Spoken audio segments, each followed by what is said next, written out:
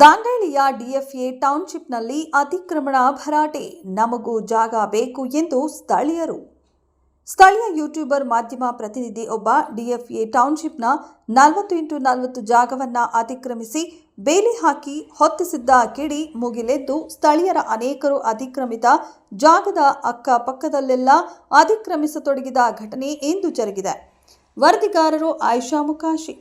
ಹಾಕಿದಾರಂತ ಅವ್ರು ತೆಗೀದಂತ ನಾವು ಹೇಳೋದಿಲ್ಲ. ನಮಗೂ ಸ್ವಲ್ಪ ಜಾಗ ಕೊಡ್ರಿ ಅಂತ ನಾವು ಕೇಳ್ತಾ ಇದ್ದೀವಿ. ಆದರೆ ಸೌಕರ್ಯಕ್ಕೆ ಜಾಗ ಕೊಡ್ತಾರೋ, ಬಡವ್ರಿಗೆ ಜಾಗ ಇಲ್ಲ ಏನು ಹೇಳ್ರಿ.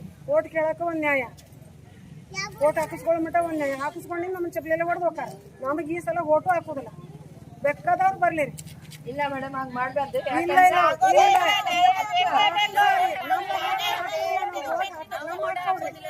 ಜಾಗ ಬೇಕು ಕೇಳಕ್ಕೆ ನಮ್ಗೆ ಅಕ್ಕ ಐತೆ ಇಲ್ಲ ಹೇಳ್ರಿ.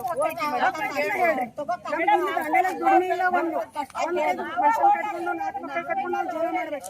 ಒಂದಿಗೆ ಏನ್ ಜಾಗ ಕೇಳೋದು ತಪ್ಪೇನು ಹೇಳ್ರಿ. ಸೌಕರ್ಯಕ್ಕೆ ಜಾಗ ಕೊಡ್ತೀರಿ, ಬಡವ್ರಿಗೆ ಐತೇನಿಲ್ಲ ಹೇಳ್ರಿ.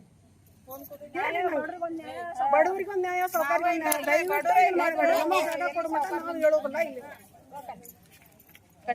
ಇಲ್ಲಿ ಅಂತ ನಾವು ಇಲ್ಲೇ ಹುಟ್ಟಿ 43 ವರ್ಷ ಆಯ್ತು. ನನ್ನ ಮನೆ ಸಲುವಾಗಿ ಎಲ್ಲೆಲ್ಲೋ ಹೋಗಿ ಎಲ್ಲೆಲ್ಲೋ ಜೋಪಡಿ ಹಾಕದೆ, ಎಲ್ಲರೂ ನನ್ನನ್ನ ಕಿತ್ತು ಕೀಳಾಗಿ ನೋಡ್ಕೊಂಡು ಜಾತಿ ವಿಷಯದಾಗ ಬಂದ ನಮ್ಮನ್ನ ಹೊರಗೆ ಹಾಕಿದ್ದು ಉಂಟು. ನಾ ಎಲ್ಲಾನು ಅನುಭವಿಸಿ ಇನ್ನೂ ಆದ್ರೂ ನಾವು ಬಾಡಿಗೆನೇ ಅಡ್ಡಾಡ್ತಾ ಇದ್ದೀವಿ. ನಾವು ಮೂಲವಾಸಿ ಇದ್ದೀವಿ, ನಮಗ್ ಒಂದ್ ಜಾಗ ಕೊಡಿ ಅಂತ ಎಷ್ಟೋ ಸಲ ದೇಶಪಾಂಡೆ ಸರ್ಗೂ ಮನವಿ ಕೊಟ್ಟಿದ್ದೀನಿ. ಅದರಲ್ಲೇ ಕೆಲಸ ಮಾಡ್ತಾ ಇದ್ದೀನಿ.